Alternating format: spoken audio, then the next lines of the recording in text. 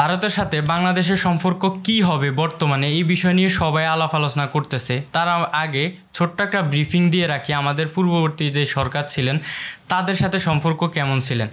দেখেন, ভারতের সাথে বাংলাদেশের সম্পর্ক সরকার দলীয়ভাবে বা যদি বলি আওয়ামী লীগের সাথে বা একান্তই যদি বলি প্রধানমন্ত্রীর সাথে শেখ হাসিনার সাথে সম্পর্ক খুবই ঘনিষ্ঠ ছিল, কিন্তু জনগণের সাথে কিন্তু ঘনিষ্ঠ ছিল না। এই বিষয়টা কিভাবে বুঝবেন? আপনি যদি শ্রীলঙ্কায় দেখেন, আপনি যদি নেপাল দেখেন, আপনি যদি ভুটান দেখেন, এই জায়গাগুলো, এই রিজিয়নালগুলো যারা ছিল তারা কিন্তু সবাই হচ্ছে ভারত বিরোধী, মোটামুটি সবাই হয়ে গেছে। আমাদের সার্কভুক্ত যেই কান্ট্রিগুলো আছে, সব কান্ট্রির যেই জনগণ আছে সবাই কিন্তু ভারত বিরোধী।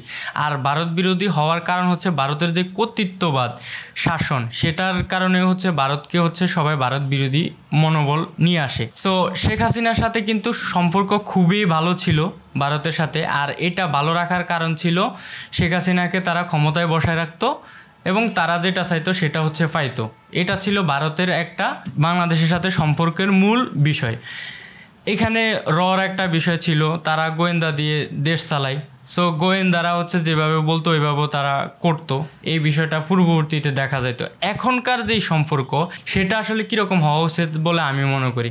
এখন এইখানে শেখ হাসিনা যদি ইন্ডিয়াতে থাকে, সেক্ষেত্রে হচ্ছে পরবর্তীতে বা ইন্টার্ম গভর্নমেন্টের পরও যদি কোনো সরকার আসে, সেক্ষেত্রে কিন্তু ভারতের জন্য একটা হুমকি রয়ে যায়। আমরা দেখছি ডক্টর মোহাম্মদ ইউনূস তিনি বলছেন, বাংলাদেশ যদি অস্থিতিশীল থাকে তাহলে কিন্তু সেভেন সিস্টার বা মিয়ানমার বা ইন্ডিয়া তারা সবাই কিন্তু একটা অস্থিতিশীল অবস্থায় থাকবে। সো ভারতের এইটা উচিত হবে না যে শেখ হাসিনাকে ওইখানে রেখে এই গভর্নমেন্ট, বাংলাদেশে যে গভর্নমেন্ট থাকবে তাদের একটা শত্রু হওয়া। এটা পার্সোনালি আমি মনে করি না যে তাকে হচ্ছে সেখানে রাখুক। এখন আসেন বাংলাদেশ এবং ভারতের সম্পর্ক কীরকম হওয়া উচিত সেই বিষয়ে যদি বলি, অবশ্যই বন্ধুত্বপূর্ণ সম্পর্ক। যেহেতু আমরা পার্শ্ববর্তী রাষ্ট্র, দুইটা একই জায়গায়, বর্ডার চাইলে আমাদের শেয়ার করতেই হবে।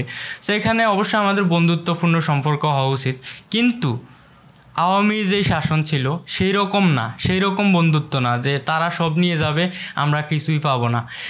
এখানে হইতে হবে এরকম সম্পর্ক উইন উইন সিচুয়েশন, অর্থাৎ আমিও জিতবো আপনিও জিতবেন। আপনি যদি আমার সাথে বর্ডার শেয়ার করতে চান তাহলে অবশ্যই হচ্ছে সম্পর্ক দুইজনের বন্ধুত্বপূর্ণ থাকতে হবে। এখন এখানে শুধু আপনি নিবেন আমি কিছু পাবো না, এরকম হইতে পারে না। আমরা দেখছি তিস্তা, ফারাক্কা বা যতগুলা পানির বিষয় নিয়ে, এরপরে হচ্ছে আমরা দেখছি ট্রেনের বিষয় নিয়ে ইন্ডিয়ার যে করিডোর দেওয়ার কথা ছিল।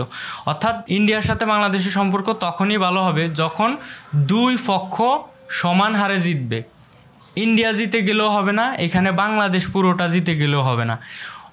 যেই সিদ্ধান্ত আসুক বা যেই চুক্তি করা হোক, দুইটা পক্ষকে সমান হারে জিততে হবে, তাহলেই কিন্তু বাংলাদেশের সাথে ইন্ডিয়ার সম্পর্ক ভালো রাখা সম্ভব। এর আগে কিন্তু না। আমরা পূর্ববর্তী সরকার যখন দেখছি বিএনপির আমলে, তখন কিন্তু বাংলাদেশ ভারত সম্পর্ক খুবই একটা ভালো ছিল না।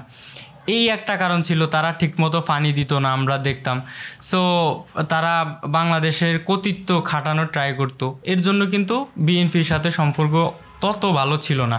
সো এখন যদি ভারতের সম্পর্ক ঠিক রাখা প্রয়োজন মনে করে তারা অবশ্যই হচ্ছে বাংলাদেশের মানুষের কথা শুনতে হবে এবং সমান হারে যেটা জিতা বা উইন উইন সিচুয়েশন মেনটেন করে চলতে হবে। তাহলেই কিন্তু ভারতের সাথে বাংলাদেশের সম্পর্ক কেবলমাত্র ভালো থাকবে, না হয় কিন্তু অবশ্যই ভালো থাকবে না।